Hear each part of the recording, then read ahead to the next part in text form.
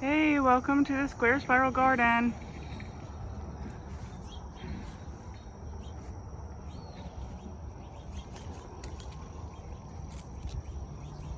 We got lots of bugs. We got lots of vines. I'm gonna wrap that one around because it's a good looking vine. A lot of them are clinging pretty nicely. I have been trimming some of the ones back that are coming out across, but mostly I want to try to get them to adhere. If I can keep my hand out of the way, then you can see what I'm doing.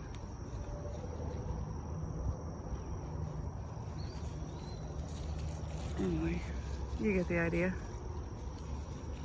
All right, yeah, still haven't moved that guy.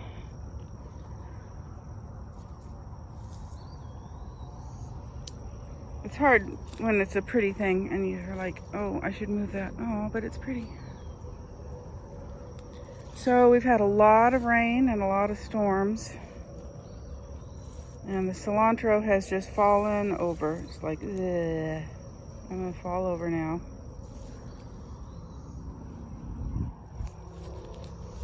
Oh, you know what? That lets me see there's a bunch of the non-native wild strawberry that I should pull out of there.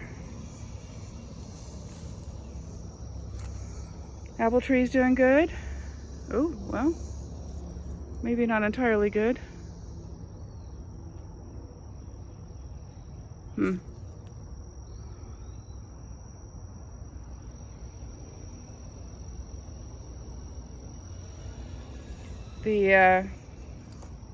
It's not dianthus, what is this? Artemisia. It blooms a little bit and then the old blooms die and it ends up kind of looking half dead, but it's not. It's doing great.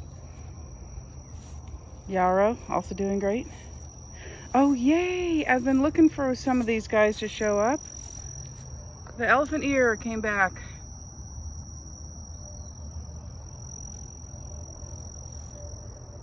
Bug, bug, bug, bug, bug, bug, bug, bug, bug, bug. It's the other little apple tree.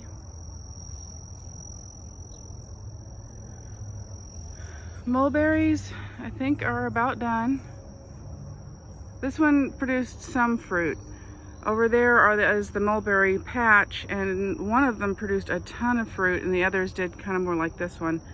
I'm still thinking I need to cut that one down because it's too big for the location it's in. Even though it's on the north side of the garden and doesn't really shade, it's just huge, and I need to be able to walk through here, and it's sort of blocking it. Anyway, there's my hazelnut. There's my little hazelnut. And there's the gigantic spreading elderberry. I think we'll get lots of elderberries this year. I love how it's just a multicolor sort of plant. You know, it's got the pretty red and the greens and the browns and the white and cream. It's nice when something useful is also pretty. Yeah, I've got, let's see, 1, 2, 3, 4, 5, 6, at least 6, if not 7 mulberry plants that I need to dig up, and I have not, obviously. They're just there. Kind of crazy. Like, do I wait for winter and do that? Probably, because I did not have any particular plans for this area. Yeah, that's probably what I'll do. Wait for winter when they go dormant. All right. The deer have not yet rediscovered my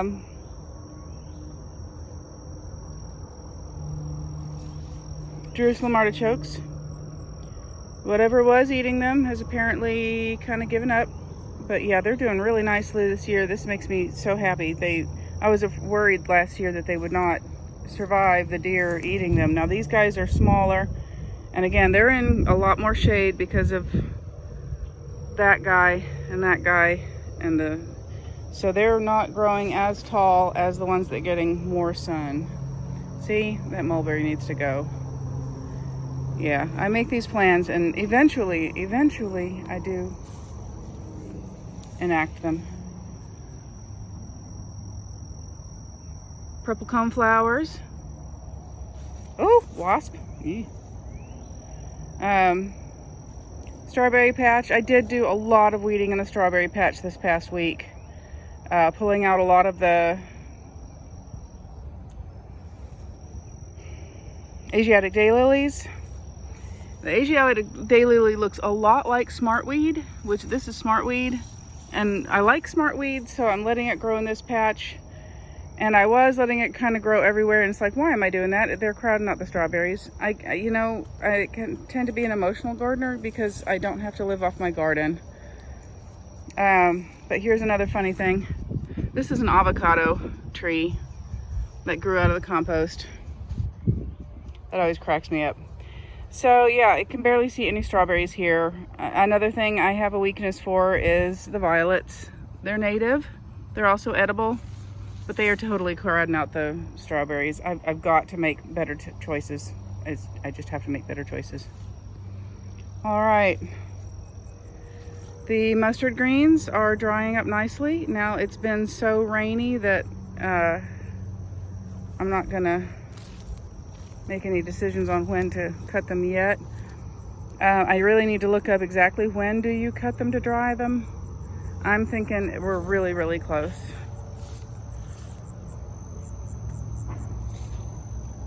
Ooh, pull these guys up. I mean, look at this one. It's really drying. Yeah, so last year or the year before, I forget, I let this grow in my garden because it was up there next to the house and it was really beautiful, and it's crazy invasive. It took over. It grew so fast. It's some kind of clover, and it seeded everywhere, even though it only grew for 1 year. Like, I found it all over my garden, and just a nightmare. The buckwheat volunteers are now knee height. Well, no, some of them are taller. Look at this. That's almost hip height. Grapes. Maybe we'll actually get some grapes this year. I think the raccoons ate them last year, like they do. If only raccoons were tasty. Maybe we'd eat them. I have not planted anything there. I've planted carrots here. So far, no sign of them coming up. There's a furrow there and a furrow there. But it's only been a couple weeks, so I'm pretty hopeful. There's a bug in my eye. That's not what I'm hopeful about. I planted beets here. No sign of them coming up yet either.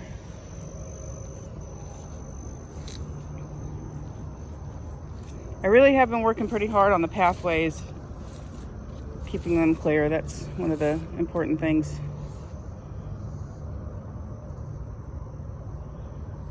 You just don't understand how beautiful asparagus is until you grow it. Now here's my service berry. Now I've sprayed it at least once, but I'm starting to see spots now. The spots are the apple cedar rust, so I've got to come out here and spray this guy again, I guess, now that it's rained a lot. I've also been clearing around him so he gets sunlight, because all these guys totally had him hidden, and of course that just allows the cedar rust to proliferate, because it's going to love the damp. It's a kind of a fungus. They love the damp. This is the black-eyed Susans. Looking forward to them. Oh, there's a bumblebee. Bumblebee, what are you doing? Little funny little bee. You just, okay, just hanging out on the composter. All right. This Chinese yam I've let grow in the past, and this year I'm tentative pulling it out, kind of pulling it up. It's one of those things that you think, hey, maybe it'll be useful. Nah, maybe not. So there's more asparagus in here, and black-eyed Susans. Ooh, snake doctor. That's the common name for that black and white dragonfly.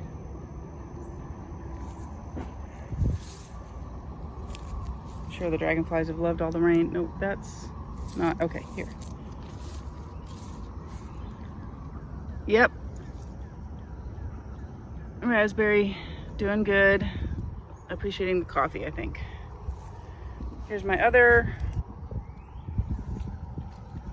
service berry. The one that every year I swear it's oh, this is it, it's gonna die. And it has not yet. It keeps coming back. I'm so proud. Mariposa. Posh, posh, posh. So this one I also sprayed and it's not showing signs of the rust. So that's good. All right, big asparagus. Other big asparagus. Still haven't cut down that guy. It is coming back from the root. That's the crepe myrtle. It's coming back from the root, so I need to get in there and cut down the dead part. The clematis is done. Clematis. I've cut this down. This is the crepe myrtle that I had cut down that it rubbed against the house. So I cut it down a couple of years ago, and crepe myrtle will never ever go away. So the mint is doing nicely. Now I planted some watermelon here, and look at that. Hey, there's one. Right on. Blueberries, I've got to get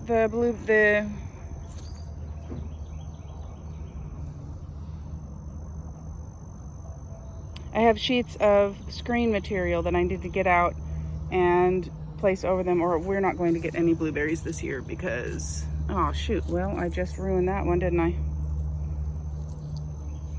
No, if it came off that easy, it was already damaged. Because the birds ate all of them last year, and I'm thinking that the birds have already been eating them this year. I should have gotten the thing out. See, you know, you talk about good ideas, and then sometimes talking about them means you think you've done them. Or you're like, yeah, that's a good idea. And it's like, and then you haven't actually done it. All right, I planted, calendula here. Not seeing it come up yet, but feeling hopeful. Well, maybe that's it. I don't know. That's the hard thing about planting something you're not familiar with. What does it look like? Sunflowers, planted them here. I'm not seeing, well, maybe 1, 2? Not seeing,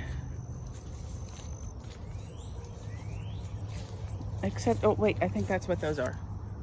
I think that is the sunflowers. All right. But I planted a bunch and I'm only seeing 3. Planted about a dozen in here. Well, I have more seeds. I can plant more. Garlic, going to seed, bolting. Oh, the smell of garlic. It's so garlicky. I have promised to share some of this with my sister-in-law. And kind of like all the other things I talk about, it's going to take a while before I actually manage to do it, you know. Cilantro. Somebody bought me some cilantro. I'm like, why? So here's another mystery that has been solved. Oh no, this one broke. Poor little guy. These greens, they look a lot like dandelion when they're young, except maybe a little bit richer in color. And I was like, but I forgot what I planted here. Well, then it bloomed, and I guess I planted chicory. So go me, I planted chicory, and it grew and has done well, except for that floppy one. Oh, poor floppy.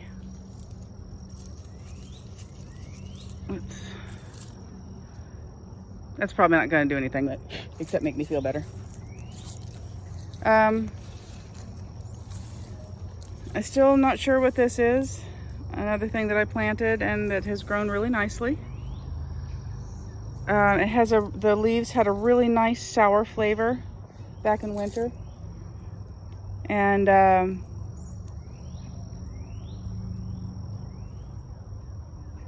shoot, I thought maybe it was horseradish, and then it's like, no, horseradish leaves taste peppery.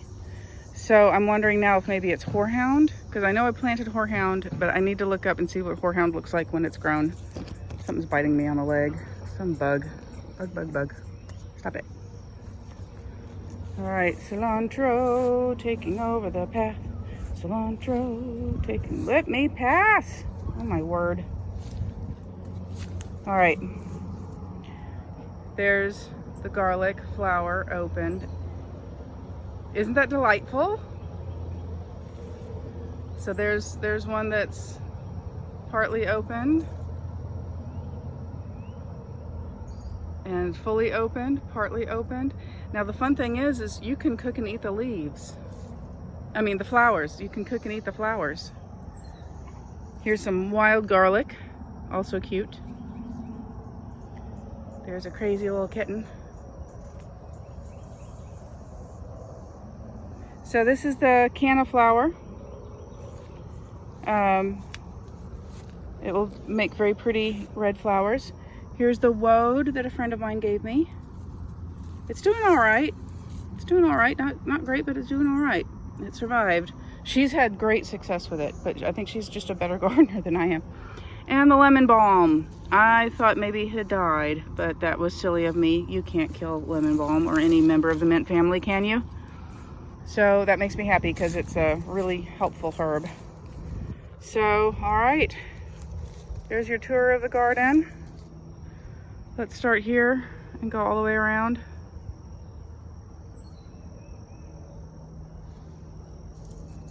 Elderberry.